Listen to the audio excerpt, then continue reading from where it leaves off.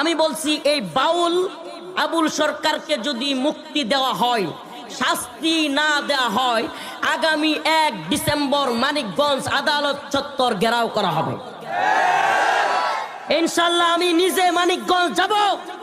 মানিকগঞ্জ আদালত চত্বরে মানিকগঞ্জের জনগণকে লাইভে এসে বলেছি আপনারা উপস্থিত থাকবেন।